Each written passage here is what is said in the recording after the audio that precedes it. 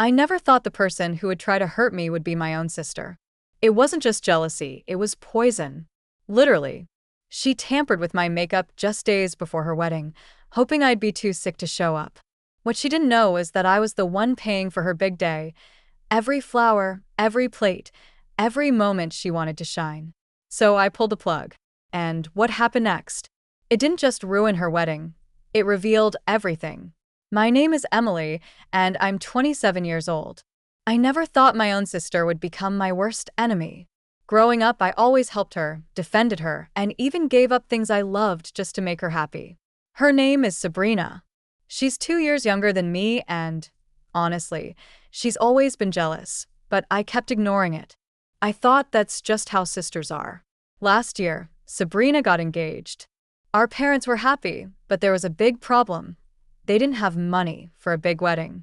So without telling anyone, I offered to pay for it. I covered the dress, the flowers, the venue deposit, and even the food. I didn't want praise, I just wanted her to have the day of her dreams. But the closer we got to the wedding, the colder she became. She stopped texting me, avoided me at family dinners, and when I asked if I could help with planning, she said, "Don't ruin this for me like you ruin everything else." I laughed it off, even though it hurt. Still, I kept paying. Every week, I'd send money quietly to her vendors. I thought maybe she was just stressed. I never imagined what she was planning behind my back. 3 days before the wedding, I was getting ready for work. I opened my makeup bag, grabbed my usual foundation, and started applying it like I always do. But within minutes, my skin started to itch, then burn. I looked in the mirror. My face was turning red, swollen, and blotchy. At first, I thought it was a product allergy, but I've been using the same brand for years. I rushed to urgent care, where the doctor asked if I had tried any new cosmetics. I said no. He gave me a cream and told me to stop using makeup for a few days. That night, I kept thinking something didn't feel right. I checked my foundation bottle and noticed it looked slightly off. It smelled strange too, like chemicals. I went online and searched some of the symptoms. The results made me feel sick. It looked like someone had mixed a common allergen into it, something I was highly allergic to. That's when a horrible thought crossed my mind. Someone had done this on purpose. I didn't want to believe it. But there was only one person who had been acting strange toward me lately. One person who didn't want me at the wedding. One person who had a key to my apartment. Sabrina. Still, I needed proof. So I checked the building's hallway camera footage from my smart home app. What I saw made my stomach drop. Sabrina's best friend, Tara, had come by while I was out. She had no reason to be there, and she was holding a copy of my apartment key. The next morning, I felt like my whole body was buzzing with anger. I sent Sabrina a message asking if she had sent Tara to my place. Her reply, just a single word. Why I didn't respond right away. Instead, I printed the security camera snapshot showing Tara outside my door. I also took my damaged makeup to a local lab that tests cosmetics just to be sure. The technician promised results in 48 hours. That evening, I called Sabrina and told her to meet me at a nearby coffee shop. She showed up late, dressed like a bride-to-be, polished nails, big sunglasses, and a white sweater that said, "Wifey." I slid the photo across the table. "Sabrina," I said quietly, "why was Tara at my apartment?" She stared at the picture. No surprise, no confusion, just silence. Then she shrugged and said, "She probably forgot something." "I had an allergic reaction," I said firmly. "My foundation was tampered with. You know I'm allergic to almond oil. Someone mixed it into my makeup." Still no reaction. Just a bored expression. I pressed on. "Why would you do this to me? I was coming to your wedding to support you. I paid for it, Sabrina. Every major thing, venue, food, decor, it's me. And this is what you do." That's when her expression finally changed. "You always make everything about you, Emily," she said coldly. "This was supposed to be my moment. You show up and everyone praises you. You're the rich sister, the perfect one. I just wanted a day that was mine." I couldn't speak. My chest hurt, my hands were shaking. "I never wanted your money," she added. "I wanted peace." I stood up. "You just lost both." And I walked out, knowing exactly what I had to do next. As soon as I got home, I opened my laptop and pulled up every wedding invoice, contract, and receipt from the past 6 months. I had spent nearly $18,000 on her big day without a single thank you.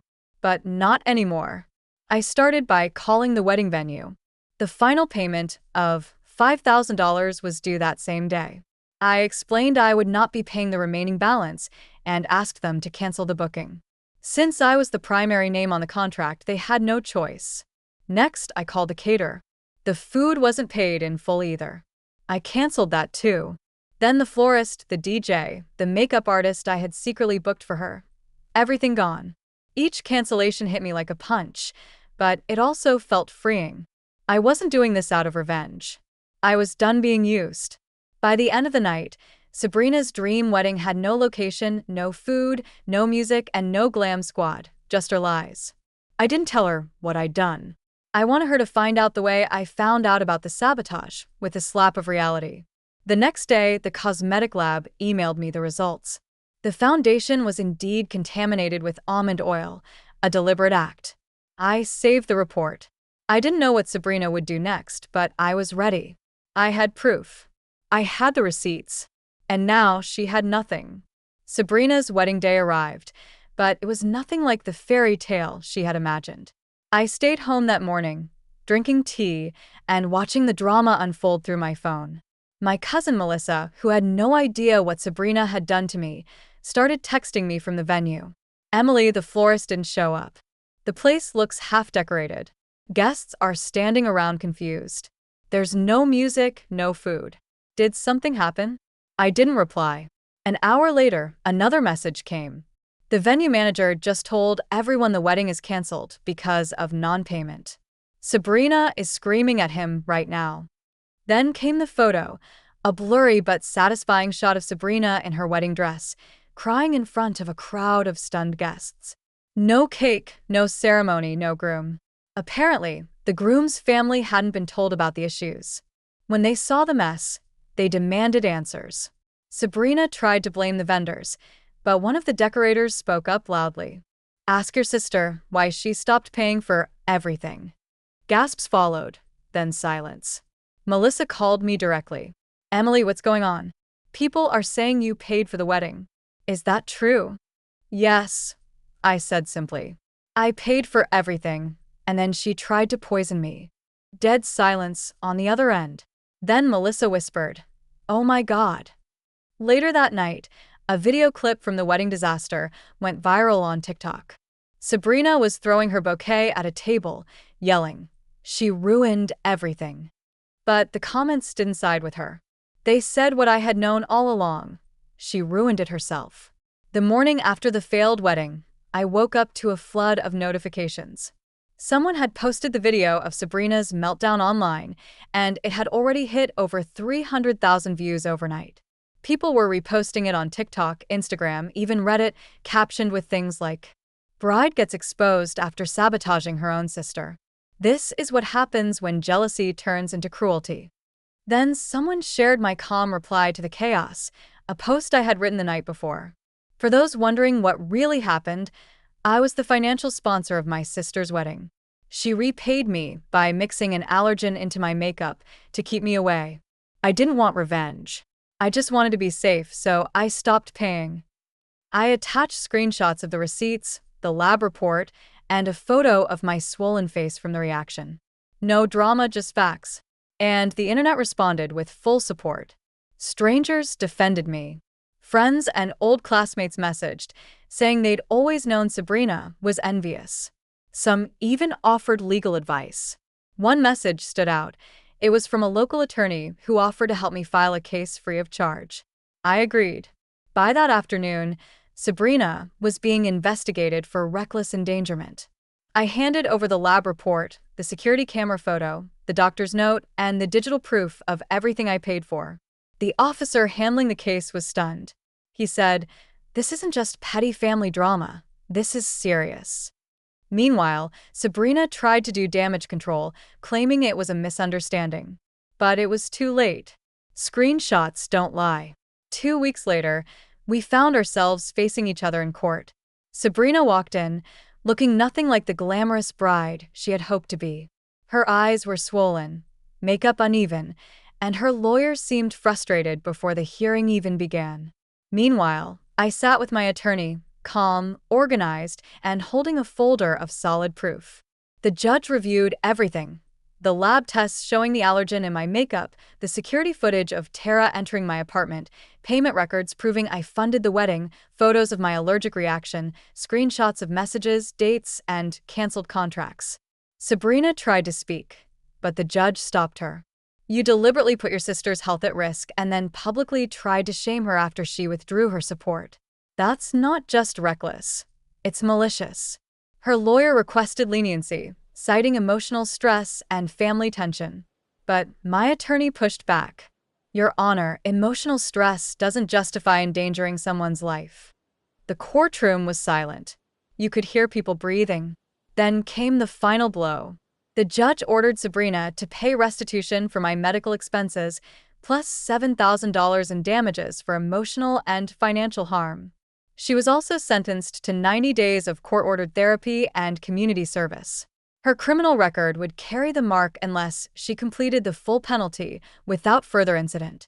It wasn't a long jail sentence, but it was accountability. Sabrina broke down crying as the judge delivered the decision.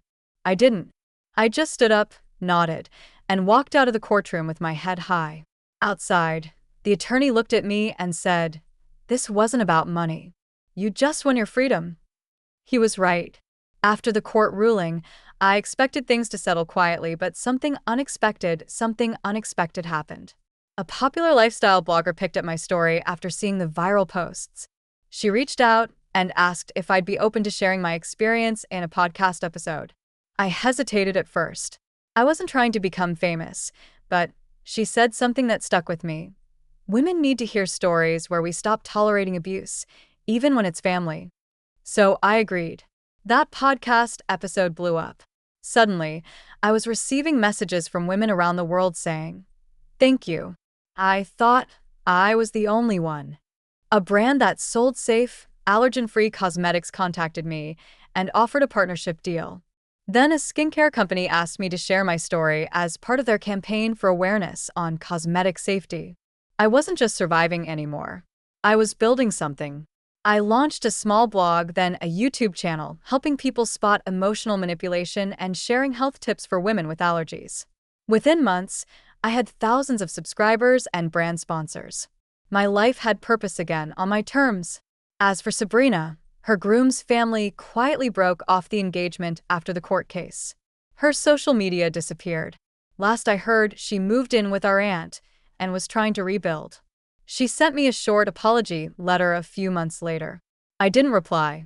Forgiveness is one thing, but trust has to be earned, and she never tried. I'm not angry anymore. In fact, I'm grateful. That makeup bag disaster opened my eyes. It forced me to walk away from a toxic bond and step into a life that I built all by myself. Now, every time I look in the mirror, I no longer see someone who let people walk all over her. I see a woman who finally said, "Enough." If this story moved you, or if you've ever been betrayed by someone you trusted, don't forget to like the video, share your thoughts in the comments, and subscribe for more real-life stories that reveal the strength we find in the darkest moments. Your support means everything, and you never know who might need to hear this next.